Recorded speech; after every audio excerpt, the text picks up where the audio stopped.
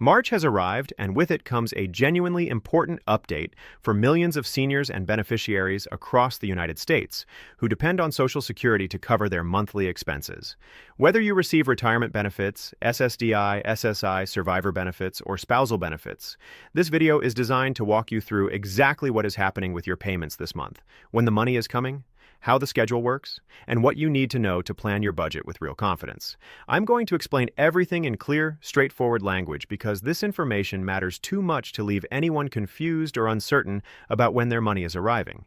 Let me start with why this information is so important in the first place, because I think it deserves more than just a quick mention. Social Security is not just a benefit for tens of millions of Americans. It is the financial foundation that holds everything together. It covers rent or mortgage payments, it covers groceries and medications, it covers utilities, insurance, transportation, and the everyday costs of simply living. For a large portion of older Americans and people with disabilities, this monthly payment is the primary or only source of income. When you are living on a fixed income where every dollar is already allocated before it arrives, knowing your exact deposit date is not a minor detail. It is the difference between your budget working and your budget falling apart. A payment that arrives 3 or 4 days later than expected can mean a late fee on a bill you were counting on covering. It can mean a stressful few days of uncertainty that nobody should have to experience. So let's make sure you have every piece of information you need to go into March with clarity and confidence. The Social Security payment schedule is built around a structured system tied to 2 main factors: the type of benefit you receive and the day of the month your birthday falls on. Once you understand this structure, predicting your payment date each month becomes straightforward. The schedule does shift slightly, month to month, based on where the calendar falls, which is exactly why it is worth reviewing each month rather than assuming the dates are the same as the month before. For the majority of Social Security retirement and SSDI recipients, payments are distributed on Wednesdays throughout the month. Your specific Wednesday is determined entirely by the day of the month you were born. If your birthday falls between the 1st and the 10th of any month, you receive your payment on the 2nd Wednesday of the month. In March 2026, that falls on Wednesday, March 11th. If your birthday falls between the 11th and the 20th of any month, you are on the 3rd Wednesday schedule, which in March is Wednesday, March 18th.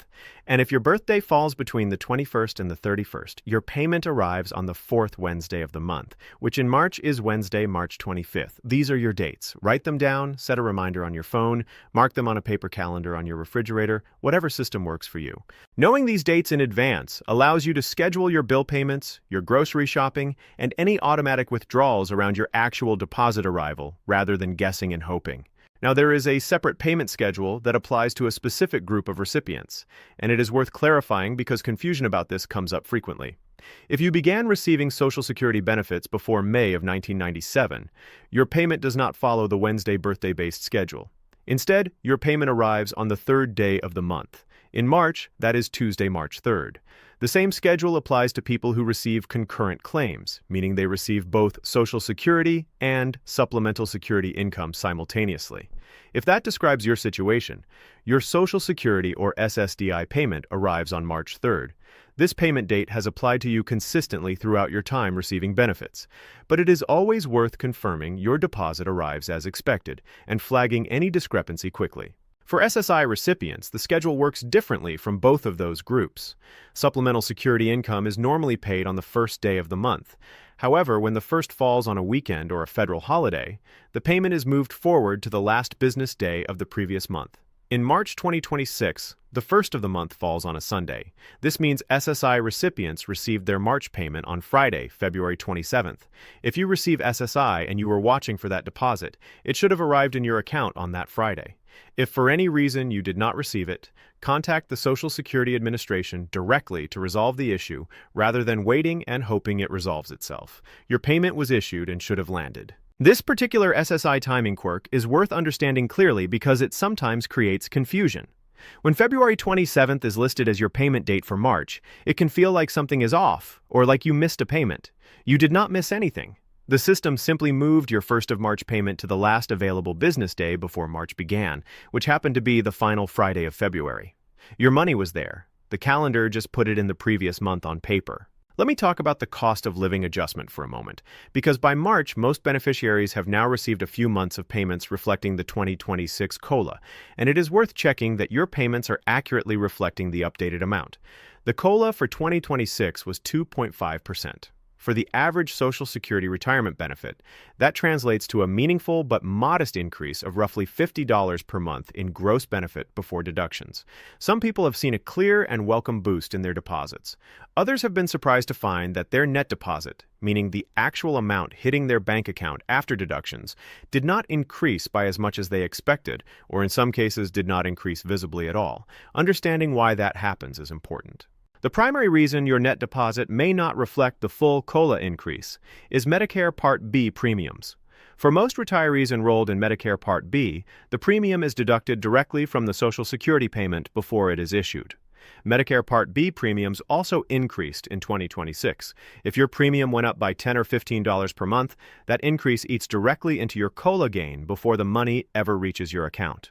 For some higher income recipients whose premiums are income adjusted and therefore higher than the standard amount, the premium increase may have partially or even fully offset what the COLA added.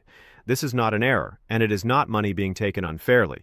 It is two separate federal programs, Social Security and Medicare, both adjusting simultaneously, and those adjustments interact in your net deposit in ways that are not always immediately obvious. If you want to understand your specific numbers clearly, log into your My Social Security account at ssa.gov and look at your gross benefit amount separately from your net deposit amount.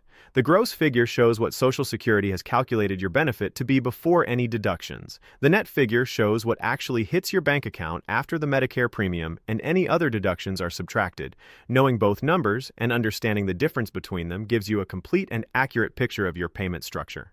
If the gross amount itself looks wrong, if it does not seem to reflect the COLA adjustment properly, that is worth a phone call to the SSA to verify.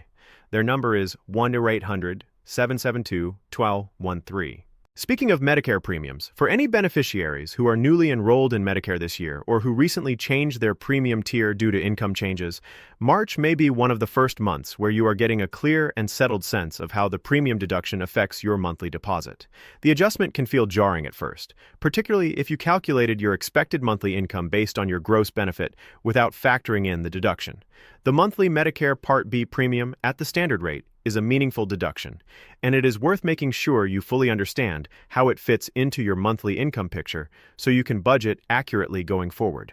Now, I want to address something that comes up consistently and that deserves a thoughtful response, which is the ongoing conversation about stimulus payments and economic relief for seniors and fixed-income households. There is a lot of discussion happening right now around potential payments, whether through tariff revenue dividend programs, targeted relief for Social Security beneficiaries, or other mechanisms. The president has discussed the concept of dividend-style payments. Governors in several states have called for direct refund payments based on the tariff burden households have absorbed, and there are proposals in Congress around additional benefit increases and relief measures. All of that is real, and it is worth following closely.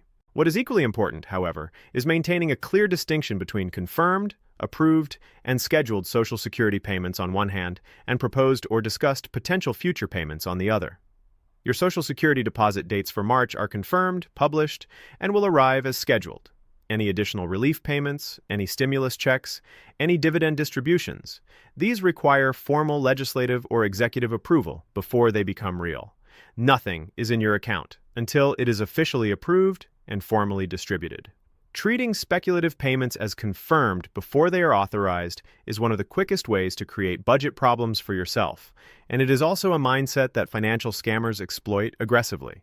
On the subject of scams, I want to take a moment to be direct, because this is genuinely important for the seniors watching this. Financial fraud targeting older adults is a persistent and growing problem, and it tends to spike whenever there is public discussion of potential new government payments. If someone contacts you by phone, email, text, or social media, claiming that a new stimulus check or Social Security payment is waiting for you, and that you need to provide your banking information, your Social Security number, or any personal details to claim it, that is a scam. The Social Security Administration will never contact you out of the blue to request your personal information in exchange for a payment. Official government payments do not require you to verify your identity to a caller or an email sender you did not initiate contact with. If you receive any contact like this, hang up, Do not click any links and report it to the SSA's Office of the Inspector General. Protecting your personal information is protecting your financial security. For beneficiaries who are newer to receiving Social Security, either recently retired or recently approved for disability benefits, there is one structural detail about payment timing that trips people up early on. Social Security benefits are paid 1 month behind. The payment you receive in March is for February's benefit. This is standard and consistent and does not represent any kind of delay or error. It simply means the benefit earned in 1 month is paid out in the following month. Recognizing this timing structure helps you align your monthly expenses properly with your income flow and prevents the confusion that comes from expecting current month payment for a current month benefit. For beneficiaries who are still working while collecting Social Security retirement benefits before reaching their full retirement age, the earnings limit is something to remain aware of this month and going forward. If your income from work exceeds the annual earnings threshold, a portion of your benefit may be temporarily withheld during the months you are below full retirement age. That withheld amount is not lost permanently. It gets credited back to your future payments once you reach full retirement age and is reflected as a higher monthly benefit from that point forward. The 2026 earnings threshold has been updated from last year's figure, giving you somewhat more room to earn from employment before any withholding kicks in. If you have been carefully managing your work hours around the old threshold number, it is worth checking the current figure to see whether you now have more earning flexibility than you realized. Tax withholding is another aspect of Social Security that catches some beneficiaries off guard. Not everyone owes federal income tax on their Social Security benefits. Whether you do depends on your combined income, which includes your adjusted gross income plus any non-taxable interest, plus half of your annual Social Security benefit. If that combined figure falls below certain thresholds, your benefits are not taxed at the federal level. But if you have additional income from pensions, part-time work, investment returns, or other sources, some portion of your benefits may be subject to taxation. If you elected voluntary federal tax withholding from your Social Security payments at some point, that withholding is reducing your net deposit each month.